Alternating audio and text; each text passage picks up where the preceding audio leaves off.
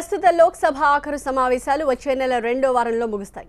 ఈ సందర్భంగా ఢిల్లీలో ఒకరోజు దీక్ష చేయాలనే సంచలన నిర్ణయాన్ని తీసుకున్నారు ఏపీ ముఖ్యమంత్రి చంద్రబాబు.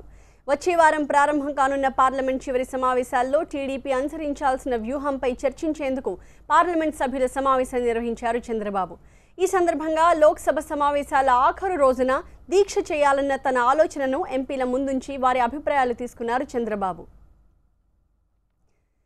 4.5 సంవత్సరాలుగా అనేక ప్రయత్నాలు చేసినప్పటికీ కేంద్రంలోని బీజేపీ ప్రభుత్వం ఏపీకి న్యాయం చేయని విషయాన్ని ఎంపీల భేటీలో చర్చించారు. ఈ ఆఖరు సమావేశాల్లో కూడా న్యాయం జరుగుతుందన్న గ్యారంటీ లేదు కాబట్టి ఆఖరు రోజున రాష్ట్రానికి జరిగిన అన్యాయానికి నిరసనగా దేశ రాజధానిలో ఒకరోజు దీక్ష చేయాలని భావిస్తున్నట్టు చెప్పారు చంద్రబాబు. ఈ విధంగా ఏపీకి జరిగిన అన్యాయం దేశం దృష్టికి వెళుతుందని, అన్ని రాజకీయ పార్టీలు ఏపీకి బాసటగా నిలుస్తాయని ముఖ్యమంత్రి ఆశిస్తున్నారు. పార్లమెంట్లో ఆఖరు వరకు పోరాడుతూనే చిట్ట చివరి అస్త్రంగా ఢిల్లీలో నిరసన దీక్ష నిర్వహించాలని నిర్ణయించారు. ఈ దీక్షలో తెలుగుదేశం ఎంపీలతో పాటు ఏపీ టీడీపీ ఎమ్మెల్యేలు, ఎమ్మెల్సీలు, రాష్ట్ర మంత్రులు కూడా పాల్గొంటారు. విభజన వల్ల నష్టపోయిన ఆంధ్రప్రదేశ్కి జరిగిన అన్యాయం జాతి యావత్తూ తెలుసుకోవాలంటే ఇంతకంటే మార్గం లేదని చంద్రబాబు ఎంపీల భేటీలో చెప్పినట్టు సమాచారం. వచ్చే ఎన్నికల్లో ఈవీఎంలను వాడడాన్ని వ్యతిరేకిస్తూ పార్లమెంట్లో మాట్లాడాలని టీడీపీ నిర్ణయించింది. టీడీపీ అధినేత చంద్రబాబు అధ్యక్షతన తెలుగుదేశం పార్లమెంటరీ పార్టీ సమావేశం ఉండవల్లిలోని సీఎం నివాసంలో జరిగింది. పార్లమెంట్ బడ్జెట్ సమావేశాల్లో టీడీపీ నిర్వహించాల్సిన కర్తవ్యంపై చంద్రబాబు తమకు దిశానిర్దేశం చేశారని చెప్పారు టీడీపీ నేత సుజనా చౌదరి. ఎన్నికల సమయంలో పూర్తి బడ్జెట్ పెట్టే అధికారం లేనప్పటికీ ఓట్ ఆన్ అకౌంట్కి బదులుగా పూర్తి బడ్జెట్ పెట్టేందుకు బీజేపీ ప్రభుత్వం ప్రయత్నిస్తోందన్నారు. పూర్తి బడ్జెట్ పెడితే తాము వ్యతిరేకిస్తామని తెలిపారు సుజనా.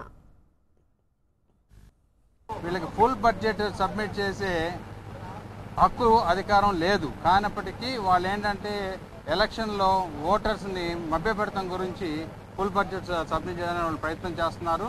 అది ఎట్టి పరిస్థితిలో కాకుండా మేము అడ్డుపడాలనేది ఒక నిర్ణయం తీసుకున్నాం. అది కాకుండా ఈవీఎం మిషన్ల మీద అనేక డౌట్స్ ఉన్నప్పుడు ఓటరు న్యాయంగా ప్రజాస్వామ్యంలో ఓటర్కి ఇంత అనుమానాలతో ఓటు వేయడం అంటే అసలు దీనికి ఈ విధంగా జరుగుతుందని వింటున్నప్పుడు ఓటు ఎందుకు వేయాలి అనేది వాళ్ళు ప్రశ్నించుకుంటున్నారు.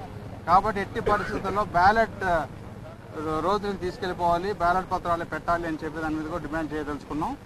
ఇవి కాకుండా ఆంధ్రప్రదేశ్కి ఇప్పటివరకు జరిగిన నష్టాలన్నీ కూడా లిస్టు చేసి, ఎందుకంటే ఆంధ్రప్రదేశ్ విభజన చట్టంలో పెట్టినవి ప్రజాస్వామ్యంగా చట్టబద్ధంగా చేయవలసినవి కూడా వాళ్ళు చేయలేదు. కాబట్టి అన్ని సెషన్లో మేము గొడవ చేస్తూ ఉన్నాం. కానీ ప్రజాస్వామ్యంలో తప్పదు ఇది. అది మా పని. ఆంధ్ర రాష్ట్రానికి ఉపయోగపడే వరకు ఎంపీలు అందరం కలిసి దాని మీద ఆందోళన చేయాలని చెప్పి కూడా డెసిషన్ తీసుకున్నాం.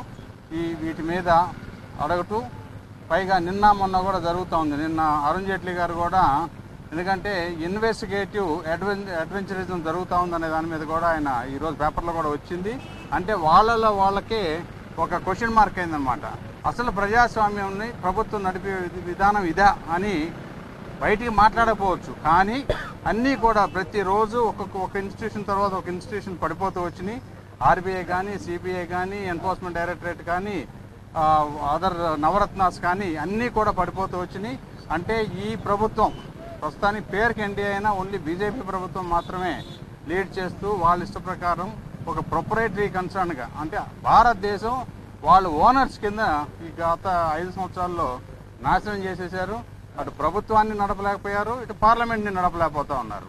ఈ 2 విధాలా కూడా అయింది. ఏదైనప్పటికీ ఇప్పుడు లాస్ట్ సెషన్ కాబట్టి ఎట్టి పరిస్థితుల్లో ఓటానికి ఉంటే పెట్టాలని చెప్పి, ఫుల్ బడ్జెట్ పెట్టకూడదని చెప్పి, తర్వాత ఇప్పుడు కేవలం ఇప్పుడున్న మా ఎంపీస్ అందరం కూడా కేవలం ఒక 2 months ఉంది మ్యాక్సిమం టైము. 2 months హక్కు ఉన్న వాళ్ళు మిగిలిన 10 నెలలకు కూడా బడ్జెట్ ఇవ్వడం అనేది ప్రజాస్వామ్యంలో తప్పది. దట్స్ అన్ అన్డెమోక్రటిక్ వే. కొత్తగా ఎలక్ట్ అయ్యే వాళ్ళు తీసుకోవాల్సిన నిర్ణయాలు కూడా వీళ్ళు తీసుకోవడానికి ప్రయత్నం చేస్తూ ఉన్నారు. వీటి మీద మేము కూలంకషంగా డిస్కస్ చేస్తున్నాం. ముఖ్యమంత్రి గారు మాకు కొన్ని డైరెక్షన్స్ ఇచ్చారు, దాని ప్రకారం పాలిస్తారని డెసిషన్ తీసుకున్నాం.